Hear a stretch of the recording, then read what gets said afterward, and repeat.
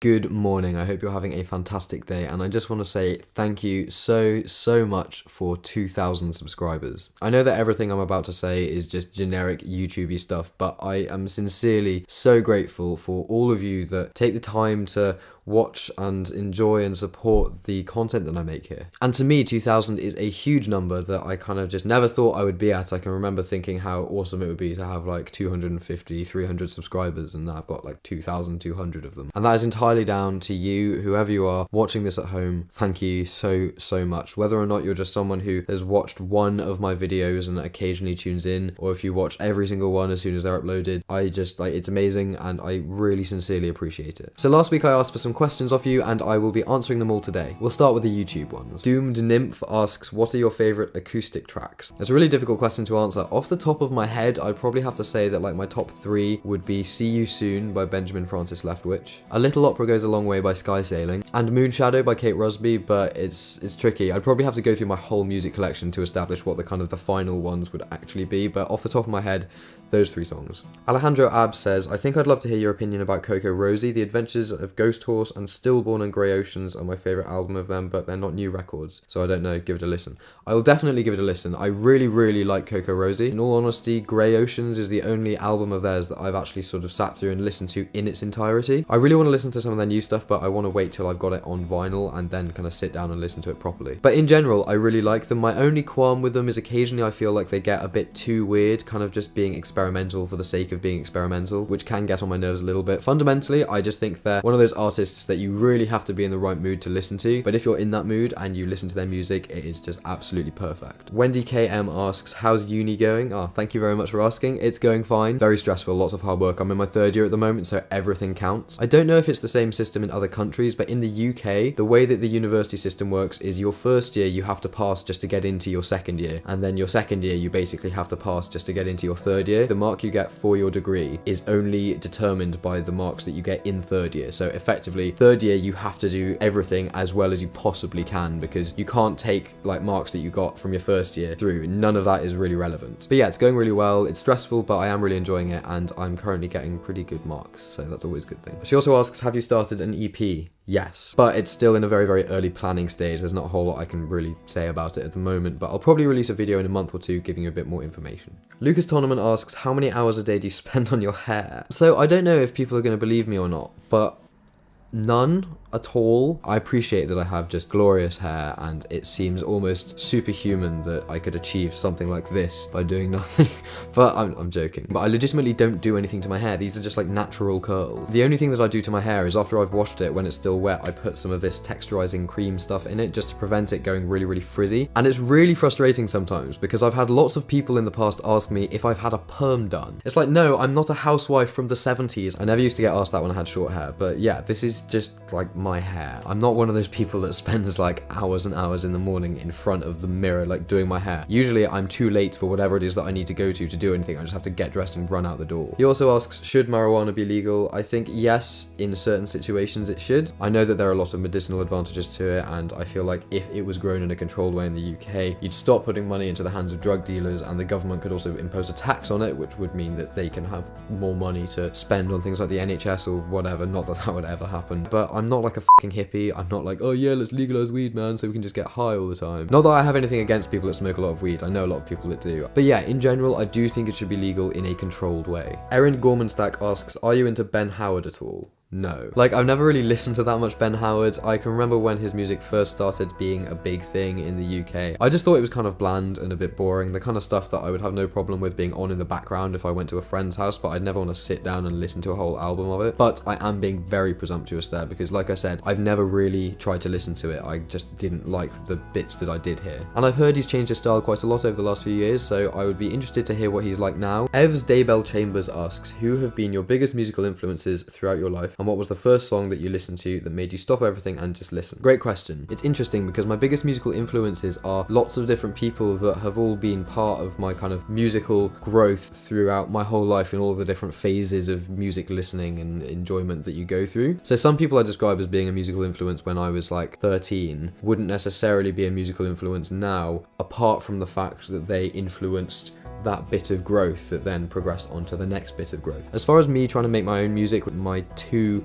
main influences would be Adam Young, who is Owl City and Port Blue and all of those other side projects that I've talked about before, and Tuomas Holopainen, who is the keyboard player and kind of main songwriter from the symphonic Finnish metal band Nightwish. The first song that made me stop everything and just listen was probably, if I'm actually being honest, Be Like That by Three Doors Down. I can remember hearing that after I stole my older brother's copy of American Pie 2 because I wasn't old enough to watch it yet. And I watched it like on the sly in my house, but that song like totally like captivated me. But I was pretty young then and I wasn't really like a fan of music, if you can say that. When I started to really appreciate music, the song that did that is a song called Ghost Love Score by Nightwish, which is to this day one of my favorite ever songs. Shubham Jadhav, I hope I pronounced that correctly, says, please do a video regarding your mixing and vocal processing. Okay. I'm literally a student of this at the moment, so what I do changes all the time. What I'm about to do is probably wrong in various different ways, but this is a project that I did for university a few months ago with my friend Sam Falcon, a song that I was producing for him. So this is his vocal just by itself. Said I'm gonna kiss you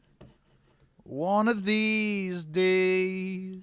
So the first thing I do is to chuck a high pass filter on there, like obviously just to remove anything that I don't want. And then I did a bit of surgical EQ in the screen itself here. It's just a little boost at around 1.2 kilohertz and a little dip at around 2.5 kilohertz. I find that 2.5 kilohertz can get a little kind of harsh with like brightness. Won't make a huge amount of difference to like people listening at home, but Said I'm gonna kiss you one of these days. And then I sent it to a parallel channel in which is compression, reverb, and then another compressor after the reverb. And then that obviously is mixed in with the other vocal. They're pretty even. Those vocal sounds like this. I said I'm gonna kiss you one of these days. And with the whole track in there, it sounds like this. I said I'm gonna kiss you one of these days. When I find you, I'll save you from this tall dark hedge maze. I'm not gonna miss you in this sea. I can get to know you on a date on a Friday, but I don't know.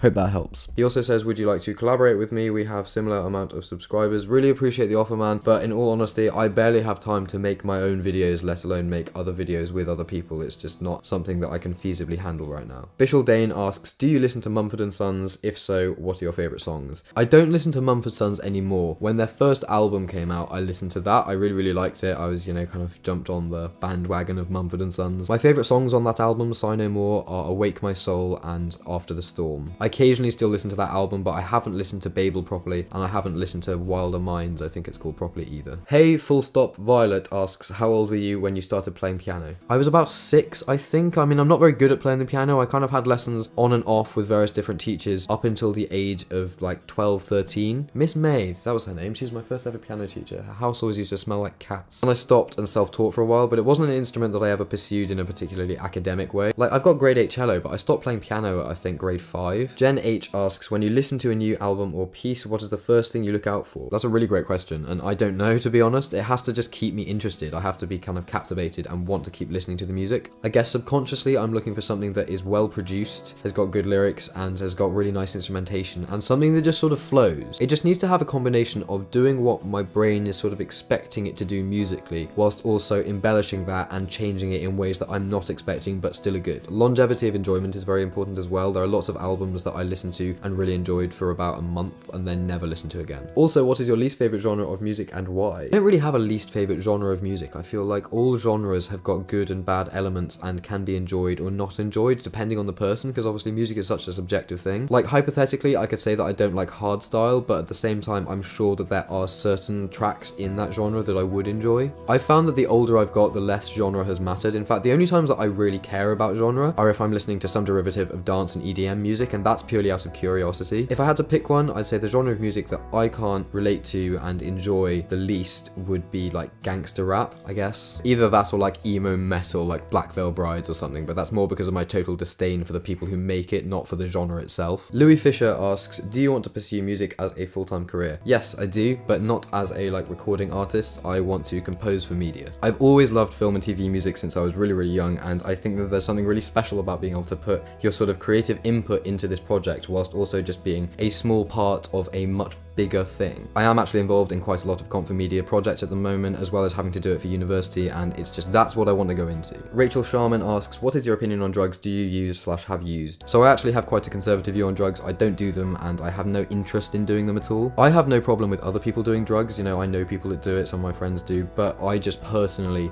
don't do drugs. When I was younger, I went through a phase between the age of maybe like 15 to 18, where I'm not sure how much of this I should say. I experimented with things, let's just leave it at that. And I can understand the appeal and the attraction, especially if you're with exactly the right group of people of like, you know, having a joint together, listening to some music. I'm not like against that. I found that when I was going through this phase, my brain stopped being able to retain information properly, and I decided that my educational future and just head in general were more important than, you know, getting high with your mates and eating some pizza. Also, I can remember a specific group of people that I used to hang out with when this was going on, and a year later I was at college, I was studying to go to university, and I can remember seeing them like in the park in Gloucester where I used to live, and I went over and they asked what I was up to, and I was like, yeah, I'm at college, going to university soon, and I asked them what they were up to, and the response to that was just getting high, man. And they were such nice people, and they had so much potential, and that's just gone, and they're just wasted all the time, all the fucking time. And it was just really, like, it makes me angry and sad at the same time, knowing that people that I cared about are just doing nothing with their lives. It's sad. I really don't want that to come across as preachy, and I'm not saying by any means that if you do drugs, you are going to throw your life away. It's not black and white, but I personally decided to disenfranchise myself with drugs. If you want to do drugs, just try and do it as safely as possible. That's it for the YouTube questions. Let's jump across to Instagram now. Cheer Up Keaton Henson asks, favourite song of all time and why? As I said earlier, it's probably Ghost Love Score by Nightwish. I know it may seem really weird considering all of the music I listen to now. I don't listen to much metal, especially not symphonic metal anymore. But there's a certain nostalgia and importance that that song has for me. And also, I sincerely think it is an absolute genius piece of composition. Even if you don't like metal, I feel like if you sit down and listen to that song all the way through, you will find things to love about it. But yeah, that's just because it's like a pivotal song in my life, was when I heard that for the first time and I was like, fuck, this is what music can do to you. In reality, I've probably got a list of about 10 or 20 favourite songs of all time. I hate having to pick like a single thing. Uriah Hardy. Maybe that's supposed to say Uriah Hardy? I don't know. Uriah Hardy. What is the best aspect of making music? The amazing feeling that you get